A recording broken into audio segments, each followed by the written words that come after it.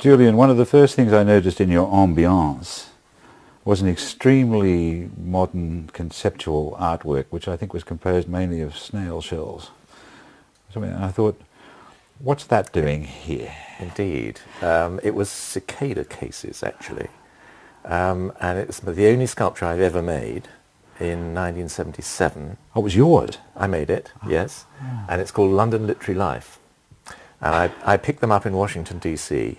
And they're the pure, they have all the outline of the cicada, but the beast has flown through a sort of slit in the back. They come out of the ground, they climb up the tree, they attach themselves to the tree trunk, and then the actual insect flies away, and you have this pure cast of a medium brown coloured cicada. So I collected about 100 of them, and then I started sort of playing with them. And I made a little sculpture which was meant to be symbolic of London Literary Life, which I had just become a member, very junior member.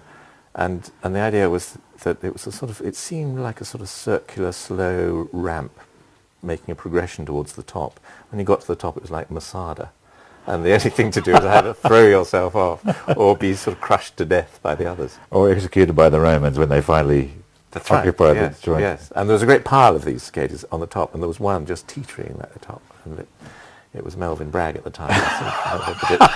It's probably changed name now. Top cicada. Yeah, top cicada, exactly. Well, now this is a natural link here. Now you're one of the top cicadas. One of the top cicadas. It sounds like a very bad group, doesn't it? Did you have a plan? Did you? Good God, no. Funnily enough, though, I remember once talking to Melvin about it, and he said, I think what you did was just about right, he said. I mean, you did sort of journalism, and then you sort of moved into novel writing, whereas I did television, and then I moved into novel writing. And I think your way of planning it was better.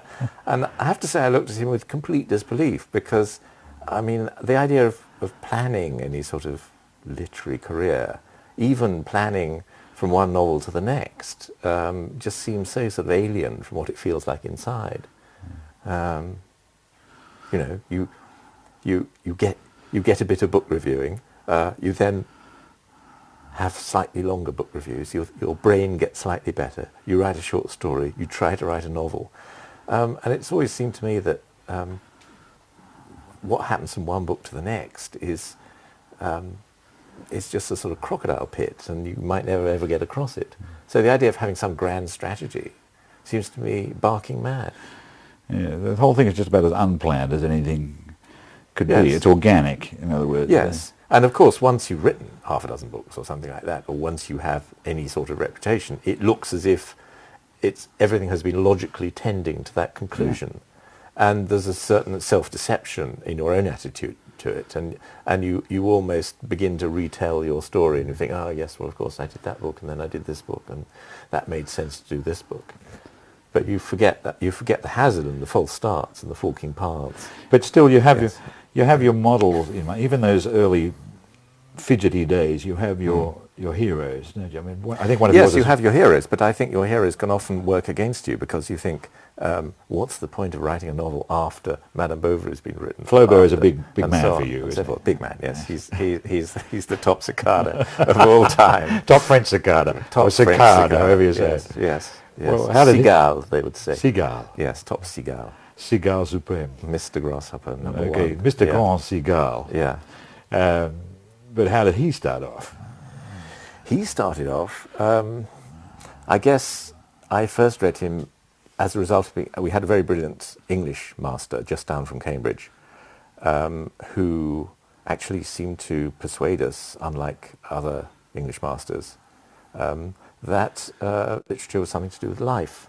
And he made that great connection for us, for which I've always thanked him. And he gave us a sort of hot shit reading list, which no one in their right mind would not have read by the end of the holidays, in the course of which there was this novel called Madame Bovary, and I thought, oh, that sounds like a sort of hot French novel. I was 15 or something like that.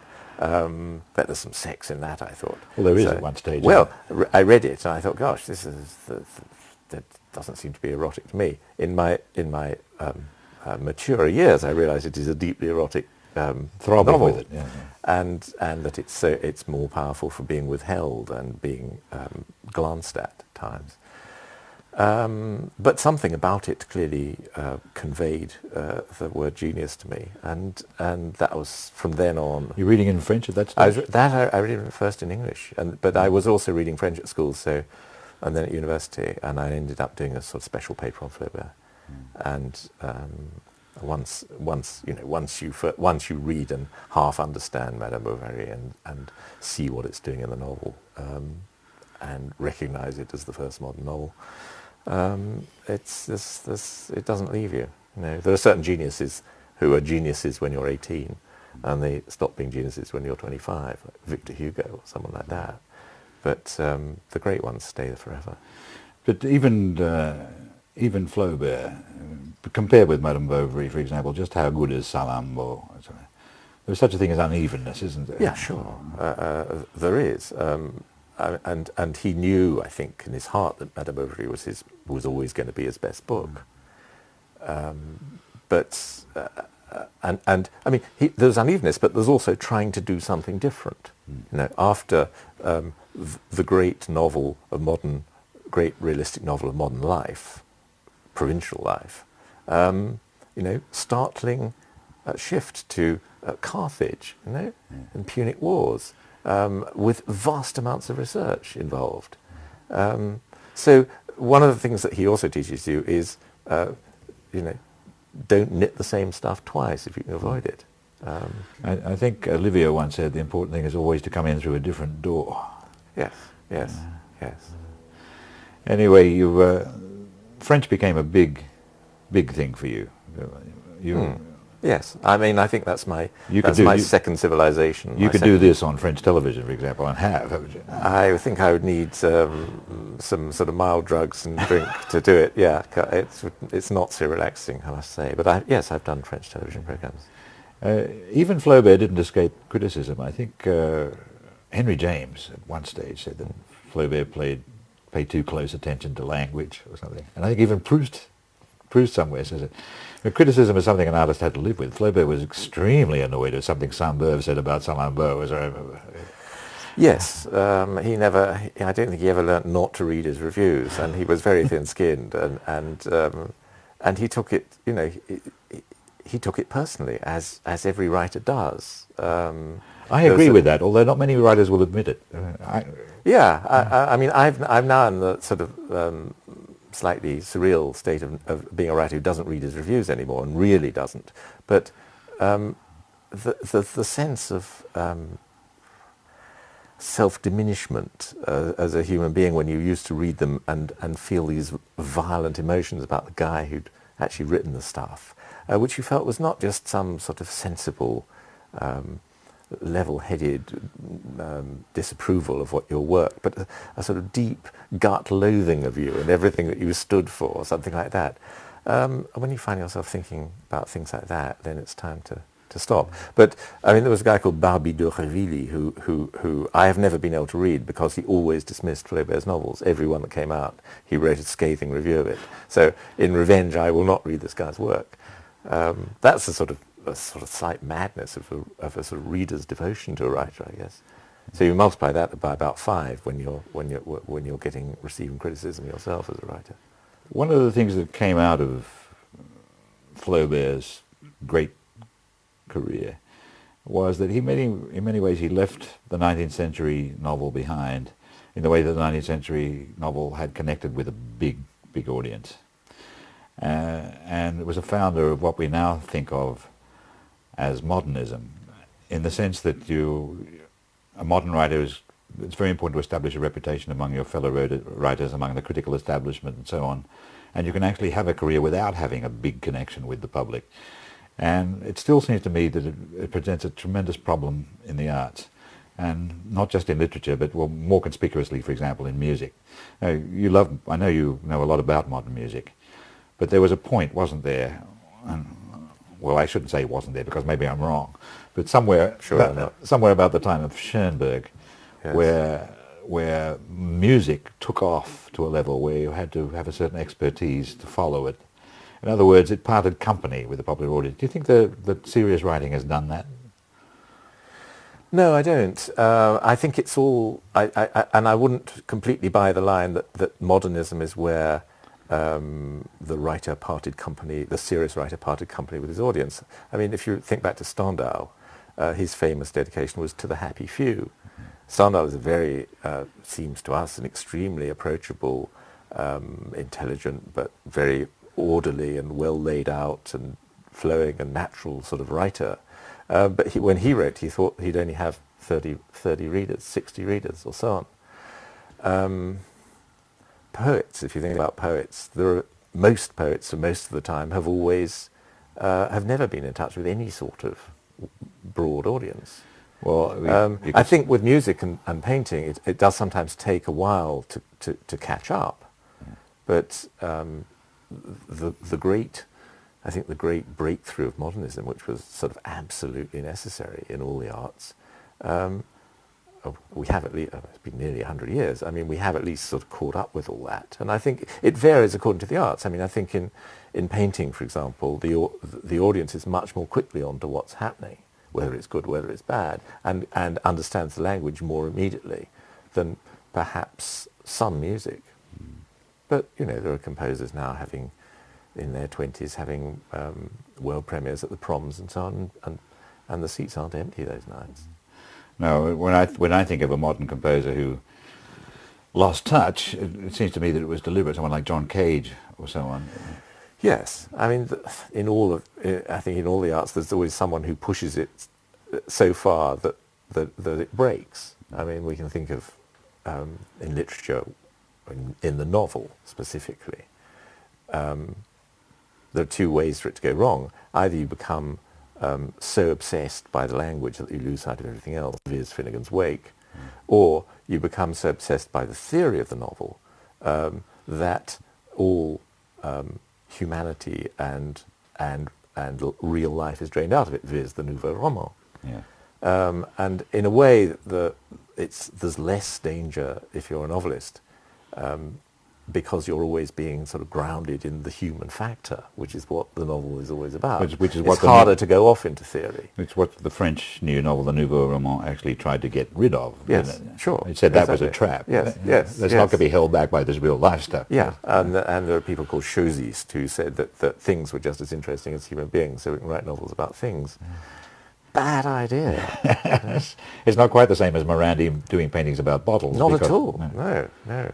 Let me ask you about, it seems to me that you do an unusually good job of avoiding the temptations that beset the novelist. And one of the temptations, of course, is the temptation to pick up quite a lot of small change in another area, like, for example, Hollywood. Have you ever thought that your life would be different or easier if you operated in that area as well? Well, I started as a journalist, and I still do journalism, and I quite like that. It's a mixture of, it takes me a long time to write a novel, and I sort of still think I'm learning how to write a novel. You never think, I think I might be tempted by some other mode, be it, you know, theatre or screenplays or something like that, if I thought I'd completely cracked the novel, but I don't, and perhaps I never will. Well, Hollywood, I'm sure, would be ready to pay you a lot of money while you sat there figuring it out. That's the temptation. You don't necessarily have to finish it all. Yes. I don't know. I think it's... well, let's take them in order. I mean, I think the theatre is probably a greater danger and trap and false route for a novelist than screenplays are. I think a lot of people don't realise that the theatre is where the real money is made. The playwrights do very, very well. It's a terrific temptation to get into. It's a terrific temptation, and novelists like Flaubert and Henry James have famously failed disastrously at it. And novelists think that they can do it because novelists enjoy writing dialogue. Yeah. What they don't realise is that stage dialogue is completely different from novelistic dialogue, and that the theatre seems to be realistic, but it's certainly not naturalistic in any sort of way, and that language is used quite differently. So what did Flaubert do wrong? He thought it was too easy. He wrote an awful lot of letters about getting his stuff on and getting his friend Louis Bouillet's stuff on after Bouillet had died, and he doesn't respect it enough. He thinks that having seen a few plays, it's a trick that he can work. He was brought up short on the second night of one of his plays when the leading actor came off with tears in his eyes at halfway because he knew it wasn't working. And that was when you got all your chums along and you had a clack and everyone cheered regardless, but this guy knew that the play wasn't working. There aren't many examples of writers who are successful and good as both dramatists and novelists. I mean, Chekhov, though that's short stories and the drama. Michael Frayn, perhaps, I don't know. I'd say Frayn, definitely. I think of one example, it's Stoppard, but Stoppard wrote one novel, Lord Malquist and Mr. Moon. That's right. And then went straight into the theatre. Yes. The other example is Turgenev. He wrote several plays, Which Month in the Country is a great play.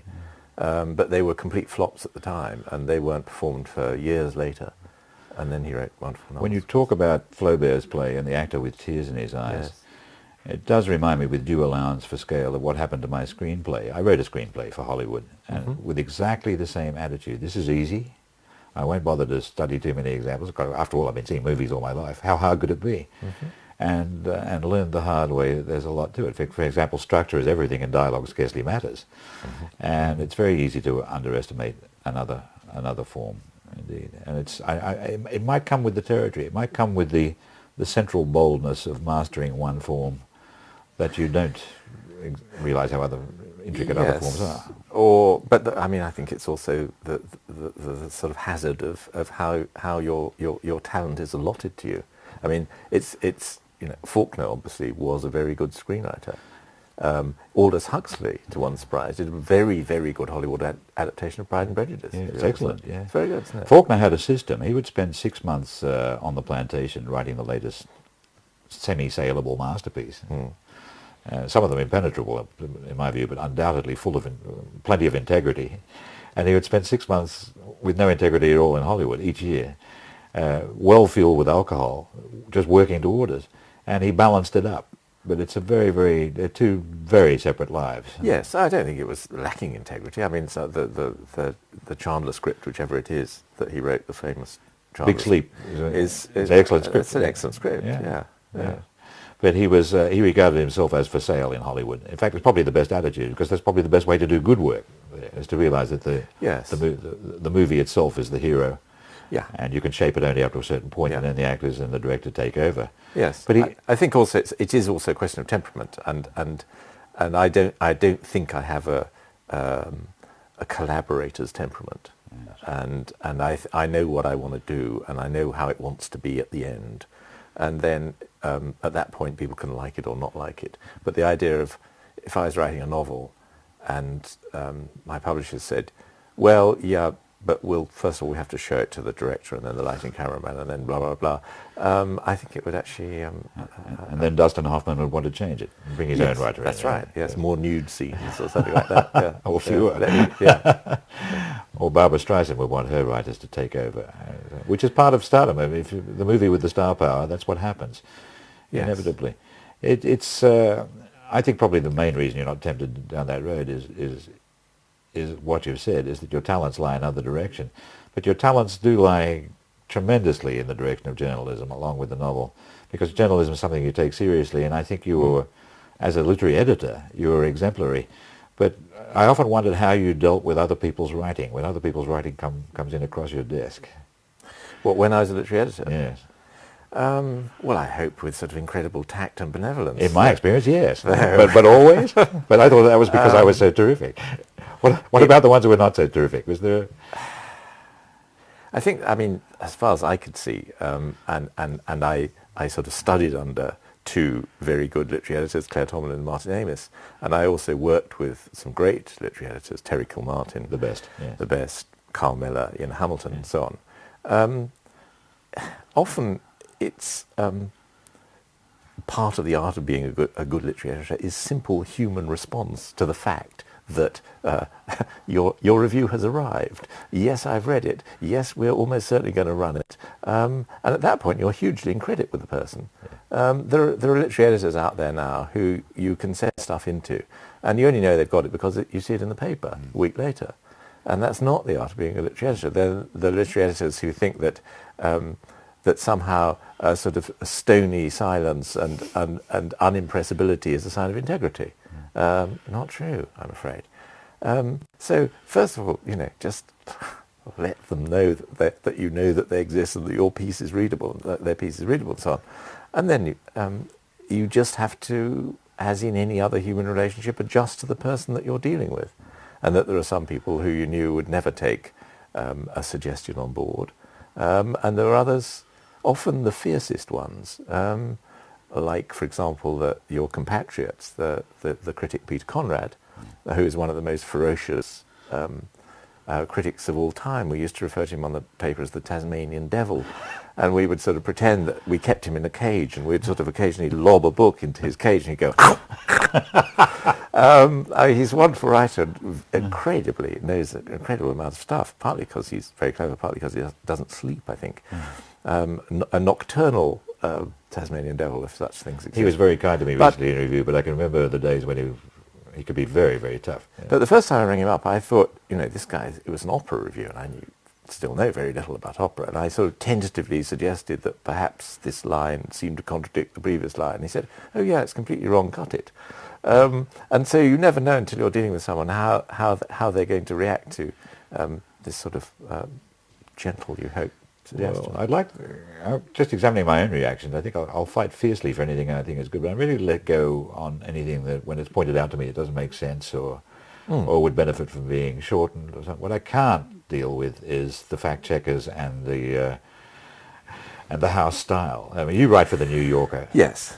I want to get on this. This is all practically a separate subject, but I'm not going to make my complaints. How a writer of your care and fastidiousness copes with this great editorial staff that comes roaring down the telephone.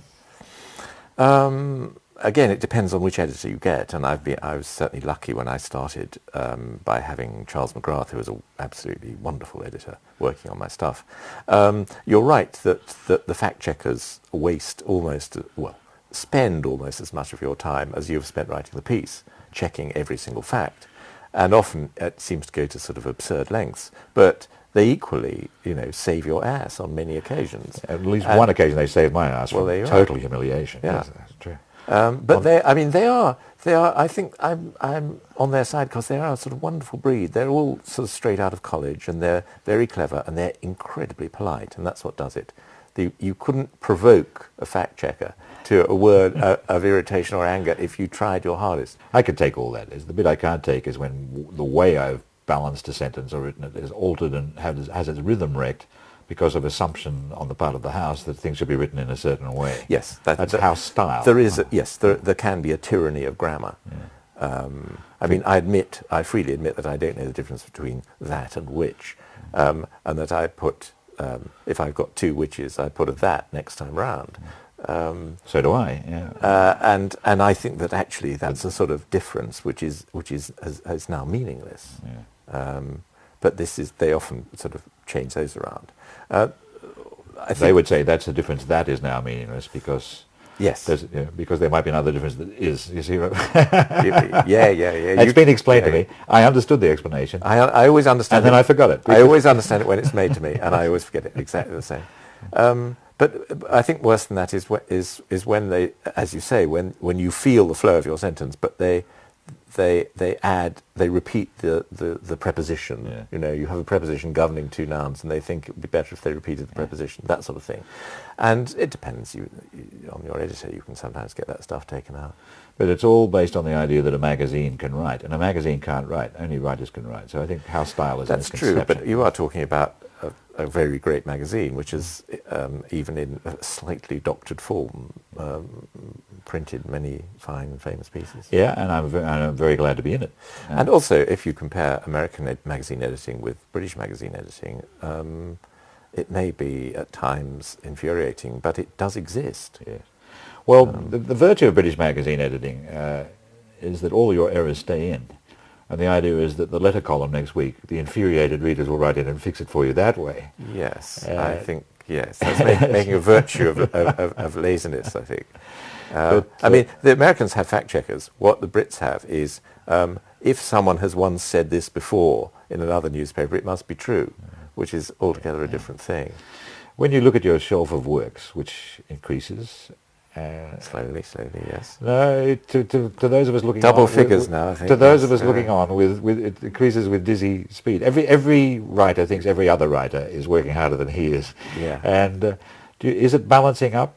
Is it the way you think it should be, or is it on the way towards somewhere? I mean, you can think of a lot of writers who actually spent their lives preparing, and there was something big on the horizon. Have you got an à la recherche du temps perdu or something like that in your mind that you haven't done yet?